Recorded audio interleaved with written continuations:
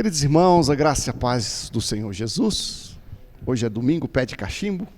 Estamos nós aqui nessa escola bíblica dominical para meditarmos na palavra do Senhor. Lembrando que pode haver a participação dos irmãos. Não obstante a gente estar gravando, não impede a gente de interagir, de corresponder, de fazer as observações. Depois eu faço os cortes e tudo mais. O objetivo primário é a edificação desses que aqui estão e o objetivo secundário é a edificação das pessoas que acompanharão a gente de via remota.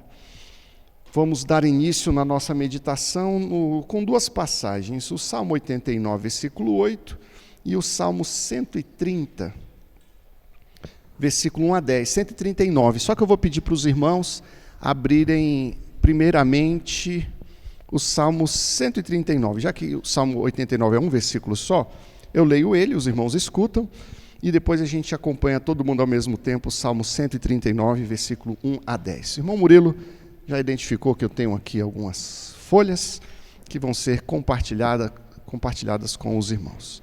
As unidades excedentes podem ser guardadas por ele aí na cadeira, e à medida que alguma pessoa diferente chegar, você pode estar passando o material.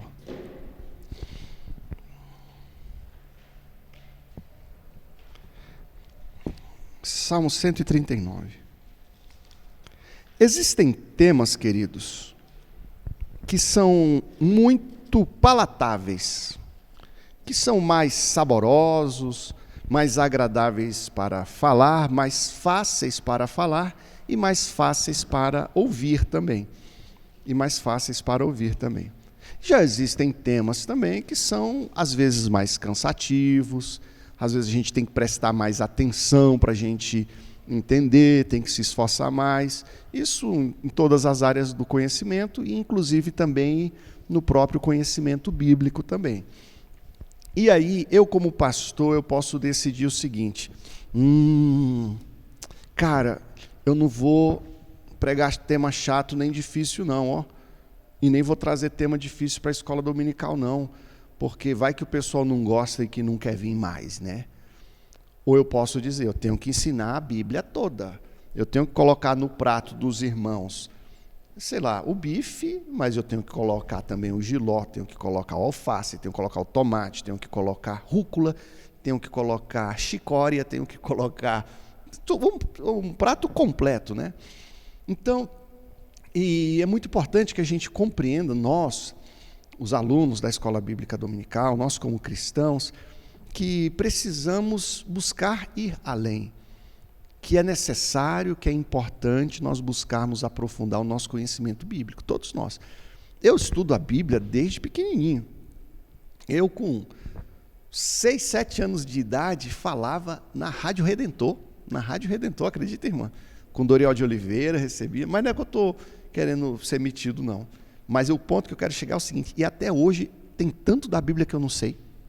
Eu estudo, leio, tem tema que me volta aqui, eu falei, cara, eu estou inseguro em relação a isso. Diz que você só sabe de fato uma coisa quando você consegue explicar para alguém. Enquanto você não consegue explicar aquele tema... o sistema límbico, você sabe o que é o sistema límbico? Eu tenho uma noção e tal, mas sabe explicar? Não, então sinal que você não sabe.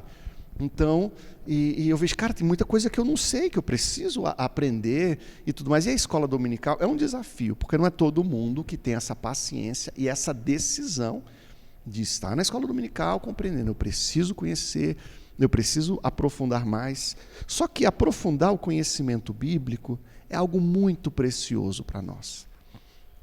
E por mais que hoje, em tese, existam muitos evangélicos e tudo mais, a gente vê muita gente com conhecimento superficial, muitas vezes conhecimento equivocado quanto à palavra do Senhor.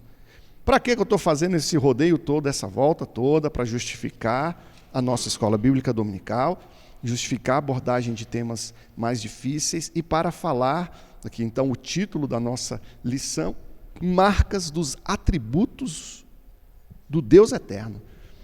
Então nós vamos estar falando sobre o nosso Deus eterno, e nós vamos estar falando sobre os atributos do Senhor, sobre características do Senhor, da sua pessoa, que envolve também o seu caráter, E aí para nos inspirar, para nós crescermos mais ainda. Por exemplo, olha que tema, se bem que não é bem o foco hoje, mas olha que tema curioso.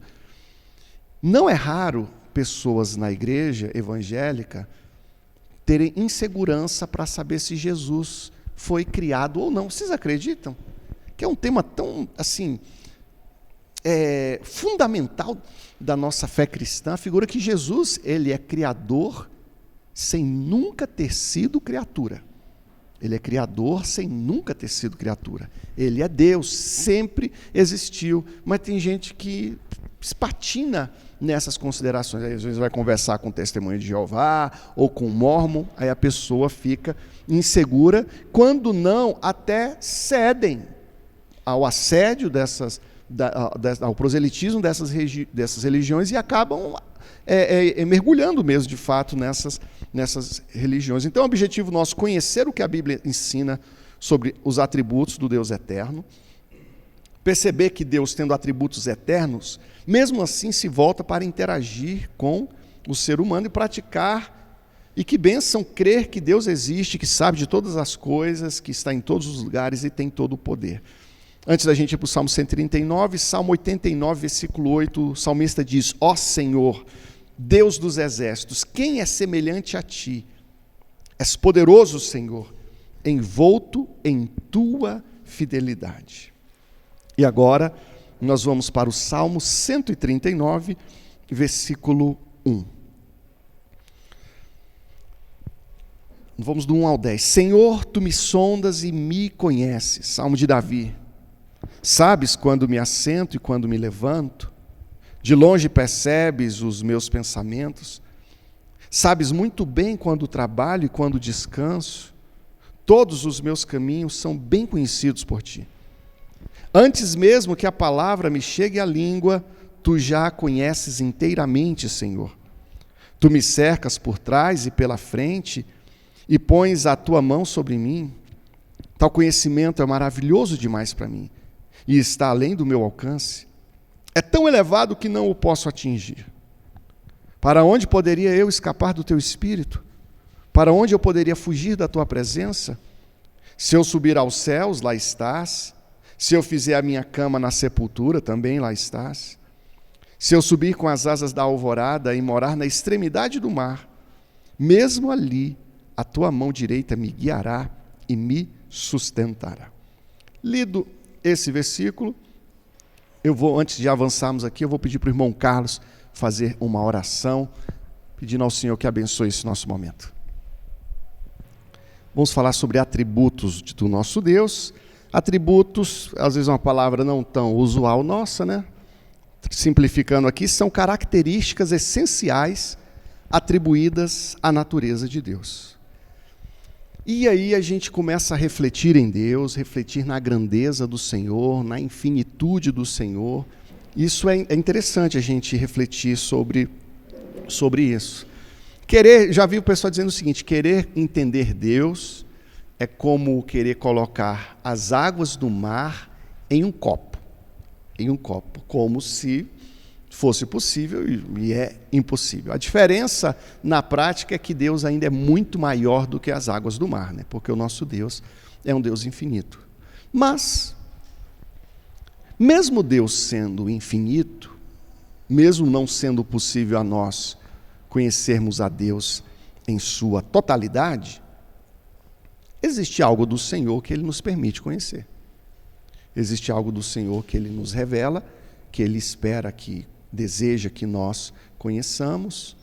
Então, de qualquer forma, não obstante ser impossível conhecer Deus na totalidade, existe algo de Deus que é possível que nós conheçamos, e a Bíblia nos estimula a conhecermos, podemos conhecer. E não apenas é possível que nós conheçamos parte de Deus, como Deus quer, Ele deseja que nós o conheçamos. Né? Deus, Ele não está se escondendo para que você não o veja, não o conheça, não interaja com Ele. Ele tem a expectativa, sim, que nós o conheçamos. E aí nós temos alguns textos, eu vou dividir algumas referências para os irmãos agora. Eu vou ler Oséias, capítulo 6, versículo 3, que já está salvo aqui. Vou pedir para a nossa irmã Ranete ler João capítulo 1, versículo 45 e seguintes. Alzeni, Gênesis capítulo 6, versículo 5. Murilo, Isaías 40, versículo 28. A filha da irmã Val, que eu ainda não decorei o nome, me perdoa, irmã. Oi? A Gabriela lê Mateus 6,8, eu já pedi? Não, Mateus 6,8. Val, Mateus 9. Val, Mateus 9, versículo 3 e 4. E irmão Danilo, Romanos capítulo 8, versículo 29. Sim? João 1, do 45 ao 51. Aí daqui a pouquinho eu peço a leitura. Oséias 6,3, olha que versículo inspirador. Conheçamos o Senhor, esforcemo-nos por conhecê-lo. Tão certo como nasce o sol, ele aparecerá. Virá para nós com as chuvas de inverno, como as chuvas de primavera que regam a terra. Tem aqui um momento lógico aqui do versículo, mas esse versículo também tem a parte poética, quando faz alusão às chuvas de inverno e chuvas da primavera. Mas focando aqui na primeira parte, há um imperativo: conheçamos o Senhor. Todos nós devemos conhecer. E mais ainda, esforçamo-nos por conhecê-lo. Se esforçar. Aí eu tenho uma pergunta, a primeira pergunta quebra-gelo, para a gente interagir aqui um pouco. E a pergunta é o seguinte: explica para mim, com poucas palavras, o que você considera esforçar-se para conhecer a Deus. Um ponto que eu acho interessante nesse versículo, por exemplo, eu queria que nesse momento vocês se esforçassem para respirar. Tipo, você não precisa se esforçar para respirar, a não ser que o cara esteja morrendo afogado, ou tenha, sei lá, algum tipo de... Mas a gente não se esforça muito, a gente simplesmente respira. Mas quando eu imagino sobre esforço, eu imagino a gente fazer algo mais do que a gente faz rotineiramente, né? E normalmente, para você fazer as coisas boas da vida, elas exigem esforço. Você quer passar no concurso, você tem que se esforçar. Você quer ser um bom pedreiro, você tem que se esforçar. Para ser um pedreiro ruim, normalmente você se esforça menos, você faz um reboco de qualquer jeito, assenta a parede torta, não usa linha. Esse pedaço do muro é pequeno, não vou usar nem linha, e nem régua, e nem vou usar prumo. É pequenininho, aí o cara é mais fácil esse caminho que não precisa esforço, né? E vou dizer aos irmãos, vocês falaram da oração, da leitura da Bíblia, e isso demanda esforço, porque via de regra o seu corpo físico não quer ler muitos capítulos da Bíblia não, muitos versículos não. O seu joelho não quer ficar ajoelhado diante do Senhor. Você não quer ficar falando com a pessoa, com o Senhor no pé da sua cama, de joelho ali por muito tempo. O seu corpo físico. Então a gente se esforça, como a gente se esforça para estar na igreja, como a gente se esforça para tantas coisas assim. Então eu vejo que o esforço para conhecer o Senhor é algo absolutamente necessário. Então conheçamos, prossigamos em conhecer o Senhor, nos esforcemos por conhecê-lo. Interessante, existem várias referências na Bíblia que falam de esforço. Por exemplo, o reino dos céus é tomado a força, os que se esforçam se apoderam dele e tudo mais. Seguindo aqui.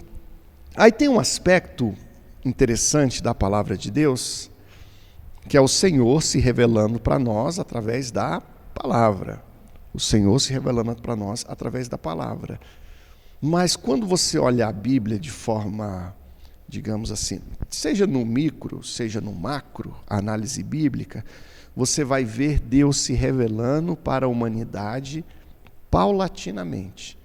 Você vai ver ele se revelando gradativamente, até chegar em Jesus, que é a expressão exata da glória de Deus, culminando em Apocalipse, com a parousia, com a volta de Cristo e tudo mais. E aí, dentro desse apêndice aí que eu passei para os irmãos, se vocês virarem a página aí, vocês vão ver um pequeno esboçozinho dessa revelação progressiva do Senhor.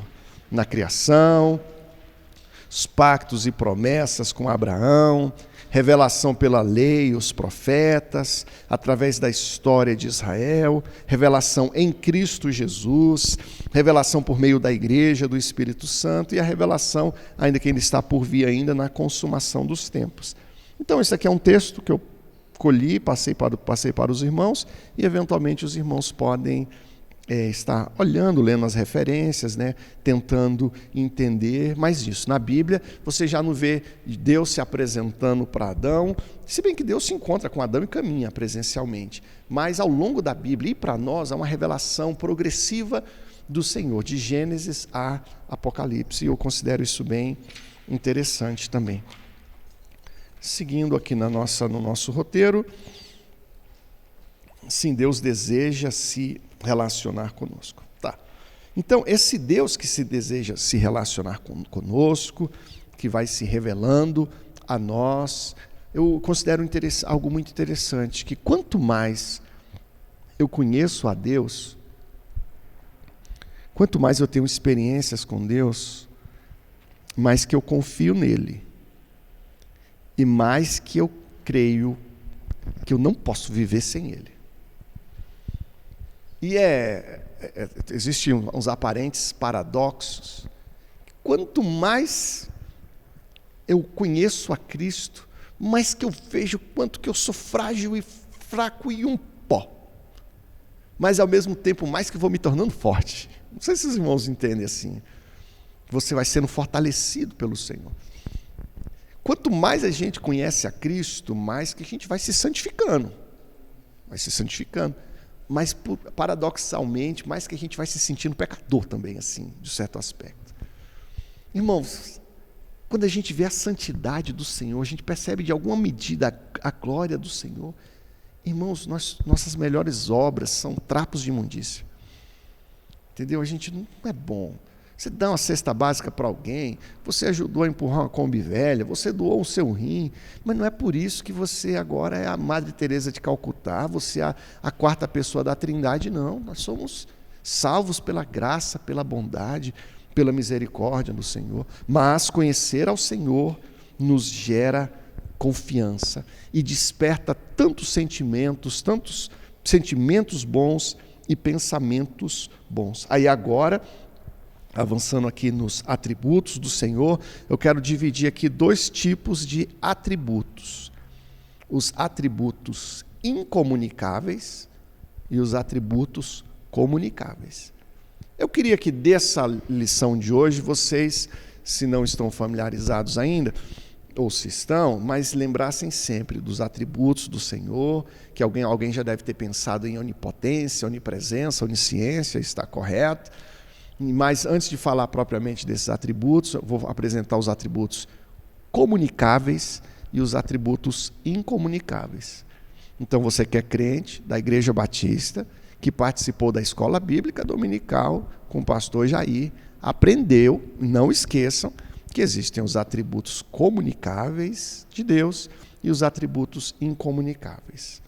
Os atributos, características de Cristo, comunicáveis, que são atributos dele, mas que também podem ser, de uma certa forma, nossos, que ele compartilha conosco. Características dele, que ele quer, que ele pode e que ele quer, que também sejam características nossas. Por exemplo, eu sou uma pessoa honesta, me considero uma pessoa honesta.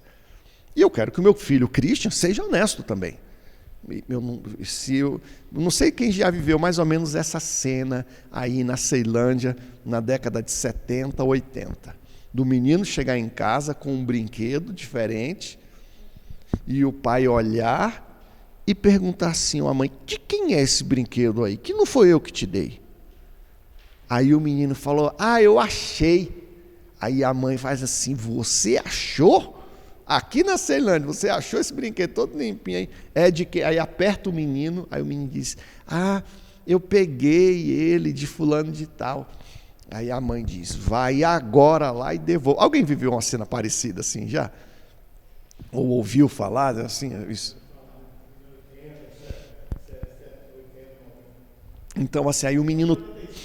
O menino todo vergonhoso. Eu me lembro um dia, rapaz, que eu parei um táxi. A gente estava todo mundo indo para a igreja. E aí passou um táxi, arrumado para ir para a igreja, que um monte de gente. Aí eu fui lá e chamei o táxi foi parando. Minha mãe vai lá agora e disse que não é para que é para liberar. Eu corri para dentro de casa, entendeu? Porque eu fiquei com vergonha. Assim, coisa de menino, mas o menino ele precisa ser instruído. O menino ele precisa ser instruído. E às vezes uma mãe que não disciplinou o filho nesse ponto, nesse momento da vida, talvez permitiu que ele de alguma forma avançasse no mundo do crime, eu não sei, e tal. Então, mas assim, a característica da honestidade eu quero transmitir para os meus filhos. Esses atributos que podem também ser encontrados em nós, que o Senhor quer repassar para nós, são atributos comunicáveis, que podem se comunicar, atributos não exclusivos, atributos que podem ser compartilhados, ao menos parcialmente, né, com a criação. Já atributos exclusivos, os incomunicáveis, não ocorre esse compartilhamento. Por exemplo, Deus é onipotente, né? Impossível a qualquer um de nós termos tal característica de Deus. Muitos até querem, né? Eu ia falar aqui, trazer para a política aqui, mas não vou falar não. Pessoas querem ser onipotentes. Mas o primeiro atributo incomunicável... tá. Antes de ir para os atributos incomunicáveis, eu trouxe uma listinha com atributos comunicáveis, que está aí. Vocês concordam comigo que Deus é santo? Você acredita que Deus deseja que nós sejamos santos também? Sede santo, pois eu sou santo? Tem uma expectativa do Senhor quanto a essa santidade. Hoje nós temos um corpo corruptível, mas vai ter um dia que o nosso corpo corruptível vai ser revestido de incorruptibilidade, e aí a gente não vai pecar mais. E nem vai ter desejo pelo pecado. Hoje a gente tanto tem desejo pelo pecado, como somos suscetíveis ao pecado, e eu já ouvi dizer que de vez em quando a gente peca. Não sei se é muito verdade, mas vai quando Jesus voltar, ou nós morrermos e formos para a glória, nós vamos ter um corpo não mais suscetível ao pecado. O Senhor é um Deus santo, atributo comunicável, Ele é amoroso, Deus é amor, e isso é tão incrível que Ele quer que nós amemos também. Deus é amor, Ele quer que nós amemos, o mandamento maior é amar a Deus, e o segundo, amar o próximo. Deus é justo, Deus é misericordioso, e Ele espera em alguma medida que nós também sejamos misericordiosos. E misericordioso está relacionado ao perdão, tá, queridos? A nossa capacidade de perdoar, seja aqueles que nos ofendem, seja pessoas que têm algum tipo de débito contra nós. Eu creio que todo mundo aqui já perdoou a dívida de alguém, não já? Alguém que te devia um dinheiro, e você fala, irmão, seja feliz, não esquenta com isso não precisa pagar não e tal. Deus, Ele é verdadeiro. E tem acho que um ano para cá, mais ou menos, eu tenho pensado nessa característica de Cristo, dele ser verdadeiro. O Senhor, Jesus, Ele é o caminho e Ele é a verdade. Ele não apenas fala a verdade, Ele é a verdade. E quando nós somos verdadeiros, de alguma forma isso é característica do Senhor em nossas vidas. E uma coisa que eu tenho traçado comigo mesmo, assim, é algo meu. Irmãos, Deus ser o que eu sou e ser genuíno. Da irmã Anete me conhecer, e o pastor Jair não ser uma pessoa na frente e outra pessoa pelas costas. Ou de eu estar falando algo com a irmã, falei 1000 palavras para a irmã, e a irmã depois ficar sabendo que não é nada daquilo que eu havia falado. Então a pessoa ser franca, eu estou vendo o Carlos me trata de um jeito, ele se comunica de um jeito, e eu vejo que ele é verdadeiro nessas palavras. Isso expressa realmente quem ele é, o que ele é. E como é bom você lidar com pessoas francas, com pessoas verdadeiras, né? Eu sei que ele é isso. Se ele falou que ele está pensando assim, que ele está sentindo assim, é porque ele está sentindo assim. Então isso torna muito mais fácil a comunicação, o relacionamento. Então essa é uma característica de Cristo, de ser verdadeiro, de não apenas falar a verdade, de ser a verdade, e que ele espera ver isso. Nós tanto que você vê o seguinte, o Senhor ensinando quanto à mentira, que o pai da mentira é o diabo, que seja o seu sim, sim, o seu não, não, e o que passar disso é o quê? É de procedência maligna. Você vê como o Senhor Jesus, ele tem uma resistência à mentira e à falsidade. Como isso é uma coisa que lhe ofende, né? Então o Senhor é pacífico, o Senhor é bondoso, atributos que ele espera, sim, deseja nos comunicar, que ele deseja compartilhar conosco. Vamos agora para os atributos incomunicáveis, mas desse ponto aqui que a gente falou aqui nesse período aqui da ministração, vocês têm alguma curiosidade que queria compartilhar? Porque às vezes não é nenhuma pergunta, mas é uma curiosidade, um fato que você lembrou que tem uma relação. Você, pastor, deixa eu comentar isso daqui, porque é bom que às vezes, para não ficar só eu falando o tempo todo também, que é chato também, então os irmãos fiquem à vontade para comentar também e tal. Salmo 139, de novo, versículo 2 a 4, nós vamos estar falando agora dos atributos incomunicáveis de Deus, e um deles é a onisciência. Onisciência tem relação, que diz respeito ao quê? Ao conhecimento de todos os fatos que aconteceram no passado, que estão acontecendo hoje e que acontecerão no futuro. Fatos visíveis, fatos invisíveis, pensamentos, sentimentos.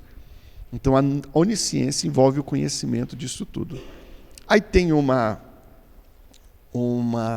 coisa que eu acho interessante.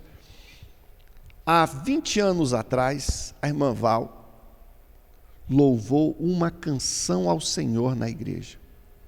Um fato de 20 anos atrás. Eu não sei se 20 anos atrás ela já tocava ou não. Ela usou tantos acordes e ela produziu tantas notas, e algo que aconteceu há 20 anos atrás, uma adoração que ela proporcionou a Deus 30 anos atrás, até hoje está na memória do Senhor. Não é incrível isso? A tua devoção hoje, a tua adoração hoje, a honra que você dá ao Senhor hoje, a sua dedicação, aquilo, irmão, há 20 anos atrás, 15 anos atrás, o irmão Carlos preparou uma sopa em casa e levou no hospital e deu para 7 pessoas. Ele nem sabe quem são essas pessoas, mas o Senhor se lembra do nome dessas 7 pessoas, quantos ml tinha cada caldo, do que era, o sabor, e Deus sabe até o prazer e a satisfação que cada um que provou desse caldo sentiu naquele dia. Então, assim, quando a gente começa a meditar um pouco na feição da onisciência, agora é engraçado, porque teoricamente a pessoa onisciente não esquece de nada, mas tem uma coisa que o Senhor lança no mar do esquecimento, que são o quê? Os nossos pecados, e deles não me lembrarei mais. Então, não vou dizer que isso relativiza a onisciência, não. Mas isso mostra um pouco da grandeza, da beleza do Senhor. Irmãos, muitas vezes a gente faz as coisas para os homens, e os homens esquecem. Tem hora que você faz uma coisa boa para alguém, a pessoa agradece, ou às vezes a pessoa nem agradece, e nem fala nada, só recebe. E ainda tem os casos das pessoas que recebem e depois ainda sai falando mal de você ainda. Então, mas Deus não, Ele se lembra e Ele faz a acepção correta, Ele sonda os nossos corações. Então, quando eu penso na onisciência divina, às vezes eu estou fazendo uma coisa, ninguém está vendo, mas Deus vê. A nossa oração em secreto, no nosso quarto, ninguém está vendo, mas Deus vê. Tem gente que ora e faz e acontece no púlpito, quando as pessoas estão vendo. Mas se ninguém estiver vendo, a pessoa não faz nada, não tem a mesma performance do que... Então, quando eu vejo, se eu reflito sobre uma postura como essa, eu vejo, na verdade, a pessoa está fazendo algo fantasioso para que as pessoas vejam, às vezes querendo transparecer algo bom para as pessoas, a fim de conquistar as pessoas, mas não é voltado para Deus. Se bem que é só Deus para só pesar isso, tá, queridos? Então, tanto que o estímulo maior de análise aqui, de reflexão, é nós refletirmos quanto a nós mesmos. Não é para a gente analisar os outros, não. É para a gente analisar nós mesmos. Às vezes você vai receber as pessoas na sua casa, numa ranete para o culto. Às vezes, eu vou dar um exemplo. Tem dia que a gente está apertado, tem dinheiro sobrando. não está apertado. Mas tem dia que a gente está apertado, sabe? E ali está naquele momento e tal, final de mês, já usou o que tinha de usar de cheque especial, mas mesmo assim você vai lá, você prepara o lanche com todo amor e carinho e tal, e colocou, teve um gasto, teve um trabalho, ninguém viu, só Deus. Então a gente precisa ter essa convicção de que Deus é onisciente.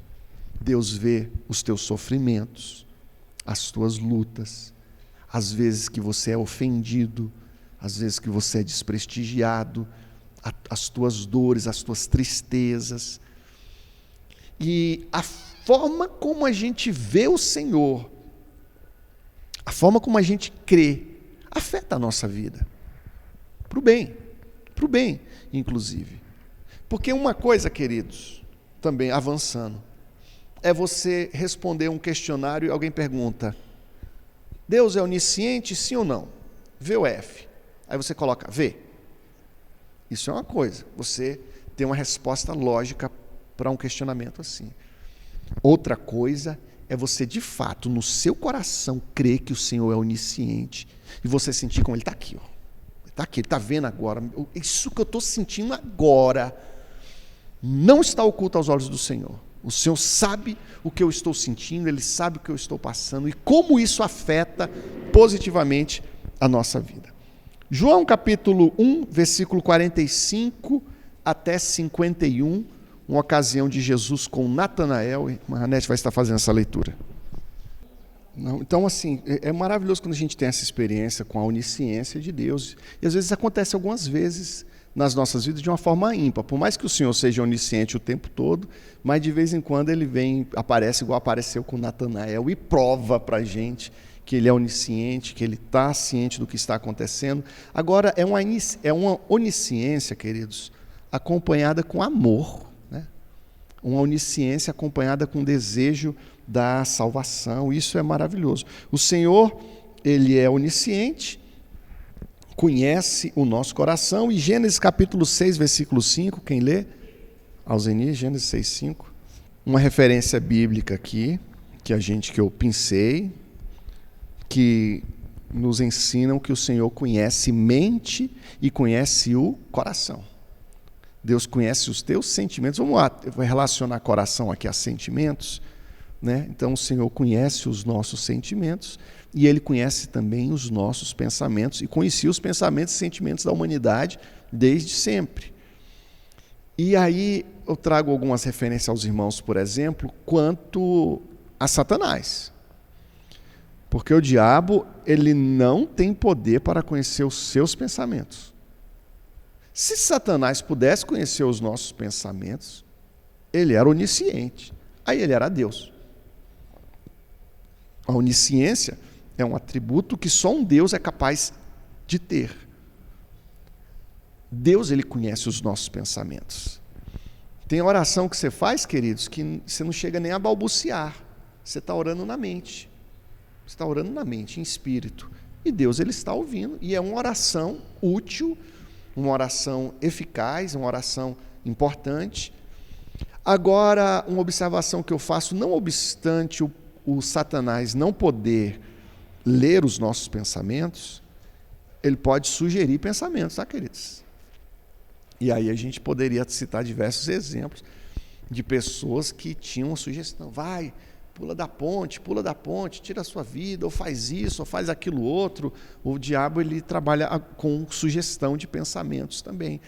Você vê Pedro, quando Pedro diz para Jesus: não, Senhor, você não vai morrer não, você é muito novo, não faça isso não, e tal. E Deus repreende Satanás, Jesus repreende Satanás, ele, de alguma forma. Agora é um tema complexo ali, mas Pedro estava influenciado, Pedro estava possesso, não vejo Pedro possesso ali não, mas houve sugestões malignas ali que ele comprou como se fosse dele, e ele externou isso, né? E só que Jesus na hora percebeu: não, esse pensamento aí, essa fala de Pedro não tem origem em Pedro, essa fala de Pedro tem origem no diabo, e Pedro aceitou como se fosse dela. Então esse é um tema bom para a gente refletir também sobre os nossos pensamentos, e em que medida o Espírito Santo também sugere pensamentos para nós também, e ele o faz, e como resistir também aos pensamentos malignos também, como resistir, inclusive a Bíblia fala, resistir ao diabo e ele fugirá de vós. Quando Jesus foi tentado no deserto,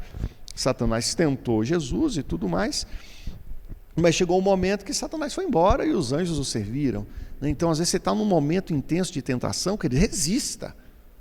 Resista, porque você resiste ao diabo e ele vai fugir. Vai fugir. Eu pedi para alguém ler Apocalipse. Não, Apocalipse ainda não. Isaías capítulo 40, versículo 28. Fala de vários atributos do Senhor aí, mas o foco nesse tópico é na onisciência. Sua sabedoria, ela é insondável, é uma sabedoria inexplicável, não dá para a gente alcançar. Mateus capítulo 6, versículo 8, essa referência aí no contexto sobre oração repetitiva, as pessoas imaginavam que por falar muito seriam ouvidas, e aí o Senhor fala, Ele conhece os nossos pedidos, os nossos desejos, antes que nós peçamos, né? São versículos aqui confirmando ali a onisciência divina. Mateus capítulo 9, versículos 3 e 4. Só um cortezinho de um texto, não vou explicar o texto todo, mas confirmando essa tônica de que o Senhor conhece os nossos pensamentos e o Senhor conhece os nossos corações. Irmãos, por isso que não dá para usar máscara com o Senhor. Por que você vai usar máscara? Por isso eu vejo, não tem sentido a pessoa vir para a igreja e querer exercer uma atividade religiosa, as práticas religiosas, se ele não for franco com Deus, queridos. A primeira pessoa que eu tenho que ser franco é com Deus. Por que eu vou querer transparecer uma coisa para os irmãos e tudo mais, se eu não for isso de fato dentro de mim, né? Então, porque o Senhor conhece os nossos pensamentos, isso também nos deve pacificar, nos acalmar, inclusive quando às vezes as pessoas pensarem mal a seu respeito, sabia? Então, que você possa ter a convicção quanto ao teu coração. Murilo? Nessa mesma linha, a gente vê o seguinte, quando Ananias e Safira vendem uma propriedade e depositam aos pés dos apóstolos, dizendo que ofertaram a propriedade toda. E veja assim, eles pegaram metade do valor e utilizaram para finalidades as mais diversas, não sei, possivelmente guardaram e tal, mas disseram que ofertaram tudo. Porque eles queriam transparecer o quê? Queriam transparecer que eram pessoas boas, que eram pessoas religiosas, que eram pessoas altruístas. Então estavam mais preocupados com o que os homens pensavam deles do que o que Deus pensava deles. Só que como Deus conhecia o coração deles, deu um decreto ali muito rigoroso, né? Com a morte ali do próprio Ananias e da Safira também, por quanto dessa postura do coração deles. Que Deus tenha misericórdia. Eu divido muito distanciamento da palavra, sabe, queridos? Existem trabalhos que assim, a Bíblia é só um livro ali, dá uma passada pela Bíblia para justificar, e às vezes a mensagem é completamente coaching, motivacional, muitos aspectos, menos propriamente bíblica, né? Por exemplo, eu estava vendo essa ministração aqui, foram cerca de 50 versículos, eu até anotei aqui, foram cerca de 50 versículos, embasando, servindo de fundamento para esses ensinos que estão sendo compartilhados aqui. Aí outras pessoas preferem caminhar, pega um versículo, pega uma frase de efeito ali do versículo e depois vai caminhar por outros caminhos que não a Bíblia, no ensino e tudo mais. Só que as consequências disso, no médio e longo prazo, são consequências muito tristes para a igreja. Avançando aqui, a próxima referência, Romanos capítulo 8, versículo 29. Esse texto é um texto, esse de Romanos 8, 29, é um texto muito interessante, muito profundo, fala dessa onisciência do Senhor, desde antes de nós nascermos, o Senhor já ter ciência de nós e ter planos para nós. Hebreus capítulo 4, versículo 13, eu vou distribuir mais uns versículos de novo. Vamos ver aqui, para o começo de novo. Murilo, Isaías 55, versículo 9. Alzeni, Apocalipse 1, 8. Irmão Carlos, Salmo 147, versículo 5. Mahanete, Jó, capítulo 42, versículo 1 e 2. Irmã Gabriela, 2 Tessalonicenses, capítulo 2, versículo 8. Irmã Val, Jeremias, capítulo 32, versículo 17. Irmão Danilo, Colossenses, capítulo 1, versículo 17. Tá. Hebreus, capítulo 4, versículo 13, é um versículo muito poderoso também, quer ver? Ó. Nada em toda a criação está oculto aos olhos de Deus. Olha que expressão forte. Nada em toda a criação está oculto aos olhos de Deus. Tudo está descoberto e exposto diante dos olhos daquele a quem havemos de prestar contas. Então fala da onisciência do Senhor e tem uma pequena ênfase ali no finalzinho que nós vamos prestar conta. Então você não vai passar, não pensa que vai passar desapercebido, não. Pode passar desapercebido aos olhos do pastor, pode passar desapercebido aos olhos da esposa, do marido, das pessoas da sociedade, mas aos olhos do Senhor nada vai passar desapercebido. E avançando, Hebreus 5, infinita sabedoria, infinito conhecimento. Eu vi essa expressão também que eu achei interessante. Deus possui uma infinita capacidade criativa. Não, vocês já viram como é que Deus é criativo? A natureza, você olha para a natureza, você olha para o espaço, você olha para as nuvens, você olha para o ser humano. Não existe ser humano que tenha uma digital igual a outra. Não existe zebra que tenha listra igual da outra zebra. Não existe retina, né, que seja semelhante à outra. Então é uma coisa muito incrível. Muito incrível. Nosso Deus, então, ele tem infinita capacidade criativa. E quando você está em algum momento analisando uma árvore, analisando a natureza, e você se põe a pensar na onisciência divina, queridos, isso é uma coisa tremenda. Quando você começa a estudar a célula, o que acontece numa célula, num órgão do corpo humano, no olho, você vê, cara, Deus é tremendo, Ele é infinito, Deus é maravilhoso, Ele é criativo. Aí eu quero vencer esse tópico da onisciência com as considerações do seguinte: Ele sabe o que é melhor para nós. Digamos assim, não vou dizer que essa aqui é a afeição mais motivacional desse tópico teológico, talvez um pouquinho de glacê que a gente coloca aí para ficar mais adocicado, mas Ele sabe o que é melhor para nós. Deus, Tu sabe o que é melhor para mim. Eu vou confiar em Ti. Eu queria assim, eu queria que fosse assado, eu queria dessa forma, mas eu não quero. Eu quero o que Tu queres para mim, porque o Teu desejo, o Teu sonho, o Teu projeto é o melhor. Agora, não significa que a gente não possa pedir as coisas para Deus. Eu peço tudo o que eu quero para Deus. Só que no final do meu pedido, irmão Carlos, eu passo uma vírgula e coloco assim: mas que seja feita a Tua vontade. Então eu peço, só que muitas vezes Deus dá, tá, queridos? Muitas vezes, né? Depois pede para ver a listinha do Murilo lá, dos pedidos dele ali, desde a infância até hoje. E o Senhor dá aquilo, muitas vezes Ele dá mesmo aquilo que a gente pede. Aí uma coisa ou outra que o Senhor não dá, a gente fica com raiva, entendeu? Ou a gente vai receber 30 sims de Deus, a hora que Ele dá um não, a gente vai rejeitar, a gente vai ficar com raiva. Eu vi uma frase que dizia o seguinte, que a gente costuma se lembrar do que Deus não deu e se esquece do que Ele deu. A gente muito mais se lembra dos nãos de Deus do que dos sims, que foram muitos e tal. Então o plano do Senhor é perfeito. Isaías 55, versículo 9. Amém, queridos? Então, irmãos, Deus está lá em cima, Ele sabe o que é o melhor. Então a gente tem que confiar no Senhor. E tem hora que a gente acha que o de Deus foi o pior, aí dá a volta, acontece um monte de coisa, aí a gente fala: caramba, ainda bem que Deus fez isso. Que se Ele não tivesse feito isso, tinha sido pior para mim. Aí a gente confirma lá na frente. Um dia nós vamos estar com o Senhor na glória. Nós vamos conversar com Ele, a gente vai chorar.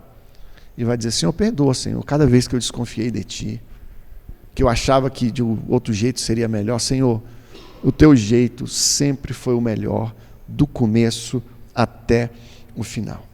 Outro atributo do Senhor importante, a onipotência. Deus é ilimitado, desinibido por qualquer outra coisa. tem poder sobre todas as forças da natureza, sobre a vida, sobre a morte, sobre os eventos da história. Seu poder não tem limites em termos de tempo, espaço ou magnitude. Agora, ter poder para fazer algo não significa que ele seja obrigado a fazer. E você crê que Deus abriu o Mar Vermelho? Você crê que Deus abriu o Mar Vermelho?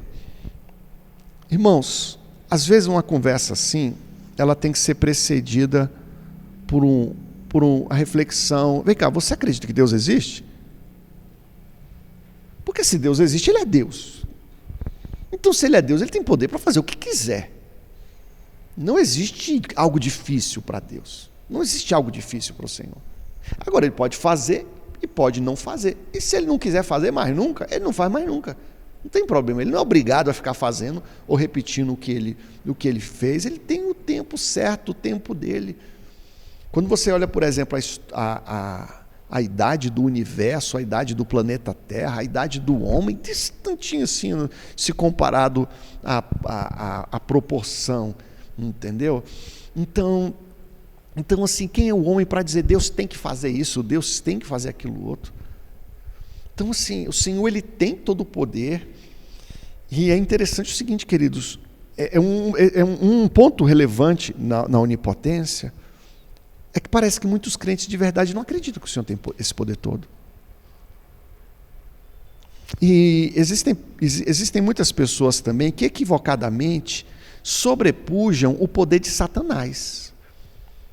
E algumas pessoas, até sem perceber, trafegam por uma fé oriental, aí uma das mais diversas, onde existe o equilíbrio do universo, onde Deus e o diabo são necessários e eles têm os poderes equivalentes, tipo Star Wars. Star Wars trabalha com isso, que o mal é necessário, que o mal complementa o bem, não existe o bem sem o mal e tal. Não é assim.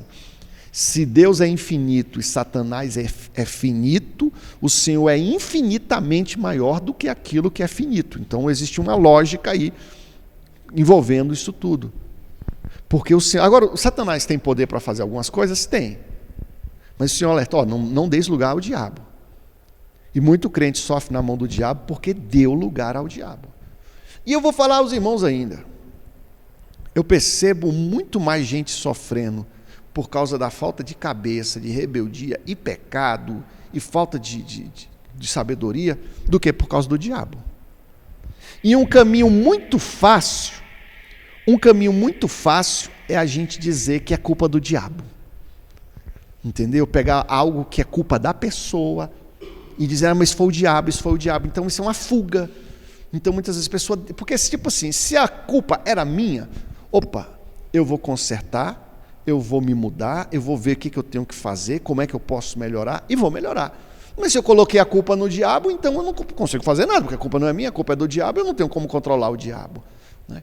Então, muitas vezes as pessoas têm, eu vejo isso na prática pastoral, muitas vezes colocando a culpa no diabo, que o diabo não tem nada a ver, é a incompetência da pessoa, é a rebeldia da pessoa, a falta de sabedoria da pessoa, e a pessoa fica colocando a culpa no diabo. Alguns versículos sobre a onipotência, Apocalipse capítulo 1, versículo 8. Eu tenho uma coisa minha, querido, uma conclusão minha. Que de um Deus todo-poderoso, de um Deus grande, eu posso esperar coisas grandes. E algumas pessoas só esperam milagres mais ou menos proporcional ao cheque especial da pessoa. Mais ou menos proporcional à renda que a pessoa tem, tipo isso. E o Senhor não está limitado aos... Você tem os 6 pães, os seus peixinhos ali, mas o Senhor, ele pode fazer o que quiser com isso. Agora, eu não quero fazer uma abordagem meramente financeira, não. Isso é uma feição de tantas, uma frente de tantas, mas o Senhor pode fazer coisas tremendas na tua vida, nas áreas as mais diversas. E isso me entusiasma. Eu imaginar alguém nas mãos de um Deus Todo-Poderoso. O que alguém nas mãos de um Deus Todo-Poderoso é capaz de fazer. Uma paleta na minha mão e eu com violão, eu consigo fazer alguma coisa.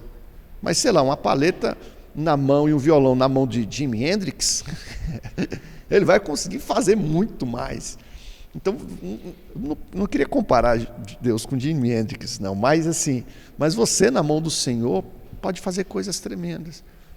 Agora, existe aquela questão de entrega, de nós nos entregarmos, porque muitas vezes a gente vive uma entrega parcial, uma entrega com reservas, onde a gente não quer, se nega ainda a confiar completamente no Senhor. Então a gente precisa confiar completamente nesse Deus onipotente. Talvez eu pule alguma referência aqui. Eu pedi para alguém ler Jó. Irmã, eu acho que eu vou pedir para a irmã ler outra coisa. Ler Mateus capítulos... Não, aguarda um pouquinho aí, eu vou pular esse texto que o nosso tempo está passando. Salmo 139, versículos 7 e 12, salmo que nós lemos, né? Versículos 7 ao 12, vamos ver, olha lá. Para onde eu poderia escapar do teu espírito? Para onde eu poderia fugir da tua presença? Se eu subir aos céus, lá estás. Se eu fizer a cama na sepultura, estás lá também. Se eu subir com as asas da alvorada e morar na extremidade do mar, mesmo ali a tua mão direita me guiará e me sustentará. Veja o versículo 10, que ele não fala só de 9 e 10, conjugando 9 e 10. Não é apenas um Deus onipresente, e esse é o terceiro atributo que a gente fala. Não é apenas um Deus onipresente, é um Deus que ele é onipresente, mas que ele utiliza essa onipresença para mesmo naquele extremo ali, a mão direita nos sustentar. Então esse é algo rico na Bíblia. Ele não é apenas um Deus onipresente, onipotente, mas ele usa esses atributos para interagir conosco, para estar conosco. Então, o Senhor está em todo lugar ao mesmo tempo, e aí é onde eu tenho uma observação para os irmãos. O Senhor está em todo lugar, sim ou não? Ele não é onipresente? Vamos dizer que sim, sim, ele está em todo lugar. Mas, se eu for lá debaixo daquela árvore, ele está naquela árvore. Se eu entrar, colocar uma câmerazinha lá dentro daquela árvore, Deus é onipresente, ele está em todo lugar. Agora, aquela árvore é Deus? Queridos, aquela árvore não é Deus. O panteísmo acredita nisso, que tudo é Deus, que Deus é esse cosmo, essa junção de tudo, e que tudo junto é Deus, e que nós fazemos parte desse cosmo. Então, tem muita religião nesse sentido, tá, queridos? Tem muitas religiões nesse sentido, muitas acepções assim, a gente não crê nisso. A gente não crê nisso, a gente crê que Deus está em todo lugar, mas a gente não crê que Deus é tudo, que a árvore, que os animais, que isso tudo fazem parte de Deus, são Deus. Não cremos por aí. Então era um tópico também interessante, já que existem algumas pessoas que às vezes até gostariam de estudar mais sobre isso e tudo mais, dessas outras religiões e tudo mais, é o panteísmo.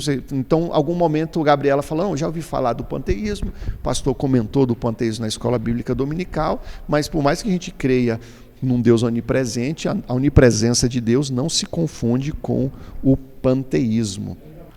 Existem mais 3 características, que nem estava na revistinha, 3 atributos incomunicáveis, que eu compartilho com os irmãos ainda rapidamente, em 2 minutinhos. Azeidade. Isso é muito interessante. Eu vou pegar isso daqui, eu vou talvez tirar um print aqui e mandar para os irmãos. Eu vou deixar como dever de casa os irmãos lerem esses versículos. Azeidade. O que é azeidade? Deus não precisa de ninguém. Ele é autossuficiente. Para ele existir, ele não precisava de ninguém. Poxa, e tem umas referências bem interessantes. Eu vou passar para os irmãos lerem em casa. Talvez, se você estiver acompanhando esse vídeo aí, eu vou colocar as referências na descrição. Entre as pessoas da Trindade há e sempre haverá amor, comunhão, comunicação perfeitos por toda a eternidade. Mesmo antes da criação, o Senhor já era amoroso, já era santo, já era puro, já era justo. Irmãos, Deus não precisa de nós. Deus não precisa de nada, Deus não precisa de ninguém. Ele é autossuficiente. Mas Ele voluntariamente, por querer dEle, quer estar conosco, quer interagir conosco. Deus, Ele é também imutável, é outra característica do Senhor. E aí tem uma feição filosófica bem interessante, que é o ser e o vir a ser. Enquanto o Senhor é, nós ainda vivemos esse vir a ser. Nós estamos nos tornando, estamos crescendo, estamos melhorando, alguns piorando, estamos nos santificando, nós estamos vindo a ser. O Senhor, Ele é imutável, porque se Ele mudasse, Ele mudaria para melhor ou para pior. Mas para pior Ele não mudaria. E se fosse mudar para melhor, era sinal que Ele não era o melhor antes e se tornou melhor depois. Olha como é que a filosofia é curiosa aí nessa situação. Então Ele não muda porque ele já é o melhor no último grau. Não tem como melhorar, tem como aperfeiçoar aquilo que é perfeito. E eu acho isso muito curioso. E o nosso Deus também é um Deus eterno. E eternidade, Ele sempre existiu, sempre vai existir, e por mais que isso seja tema mais assim da cristologia, né, do estudo de Cristo, da pessoa de Cristo, das características da pessoa de Cristo, mas Cristo também é Deus. Nós cremos nessa trindade, nesse Deus triuno, e Ele sempre existiu. Você não pode ter dúvida na hora de marcar essa questão na prova. Jesus Cristo sempre existiu e Ele sempre vai existir. Ele é o alfa, Ele é o ômega, Ele é criador sem nunca ter sido criatura. E Ele não é um Deus menor, não existe um infinito ligeiramente menor do que outro infinito. Ou é infinito ou não é. Por que eu falo isso? Porque os mormons colocam Jesus numa categoria divina inferior. Né? E a gente tem muito mormon interagindo aí ao nosso redor aí, inclusive, queridos. É interessante a irmã falar sobre os anjos, e eu deixar uma recomendação para os irmãos da busca do equilíbrio na nossa fé.